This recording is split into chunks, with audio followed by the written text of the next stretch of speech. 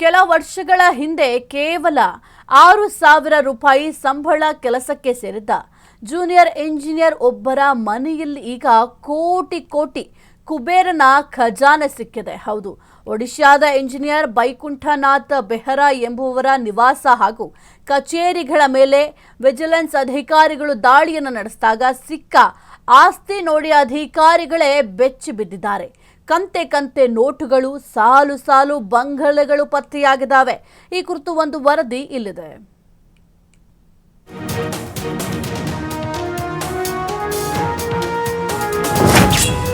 Engineer ಮನೆಯಲ್ಲಿ ಕೋಟಿ ಹಣ, 2 ಕೋಟಿ ಕಂತೆ ನೋಟು, 5 ಬಿಲ್ಡಿಂಗ್, 13 ಸೈಟ್. ಈ ವ್ಯಕ್ತಿ ಹೆಸರು ಬೈಕುಂಠನಾಥ್ ಬೆಹರಾ.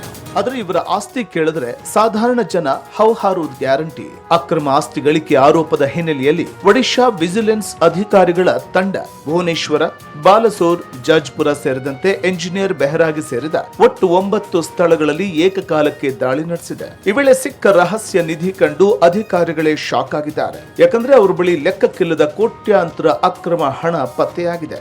ನೋಟುಗಳ ಕಂತೆಗಳನ್ನು ಎಣಿಸುವುದೇ ಅಧಿಕಾರಿಗಳಿಗೆ ದೊಡ್ಡ ಸವಾಲಾಗಿ ಪರಿಣಮಿಸಿದೆ.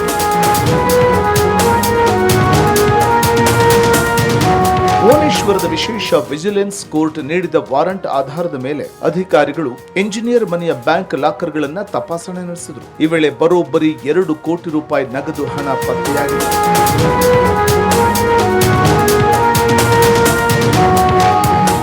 ಹಣ ಮಾತ್ರವಲ್ಲದೆ ಎಂಜಿನಿಯರ್ ಹಾಗೂ ಅವರ ಕುಟುಂಬದವರ ಹೆಸರಿನಲ್ಲಿ ಭಾರೀ ಪ್ರಮಾಣದ ಸ್ಥಿರ ಆಸ್ತಿ ಪತ್ತೆಯಾಗಿದೆ. ಭುವನೇಶ್ವರದ ಪ್ರಮುಖ ಏರಿಯಾ ನೀಲಾದ್ರಿ ವಿಹಾರ್ನಲ್ಲಿ 10,500 ಚದರ ಅಡಿಯ 4 ಅಂತಸ್ತಿನ ಆಲಿಶಾನ್ ಬಂಗಲೆ ಸೇರಿದಂತೆ ಒಟ್ಟು 5 ಬಹುಮಹಡಿ ಕಟ್ಟಡಗಳು ಸಿಕ್ಕಿವೆ. ಇದರ ಜೊತೆಗೆ ಭುವನೇಶ್ವರ, ಜಾಜ್ಪುರ್ ಮತ್ತು ಬರಿಪಾದ್ನ ಪ್ರಮುಖ ಸ್ಥಳಗಳಲ್ಲಿ ಬರೋಬ್ಬರಿ 13 ಸೈಟ್ಗಳನ್ನ ಈ ಕುಬೇರ ಇಂಜಿನಿಯರ್ ಖರೀದಿ ಮಾಡಿರುವುದು ತನಿಖೆಯಲ್ಲಿ ಬಹಿರಂಗವಾಗಿದೆ.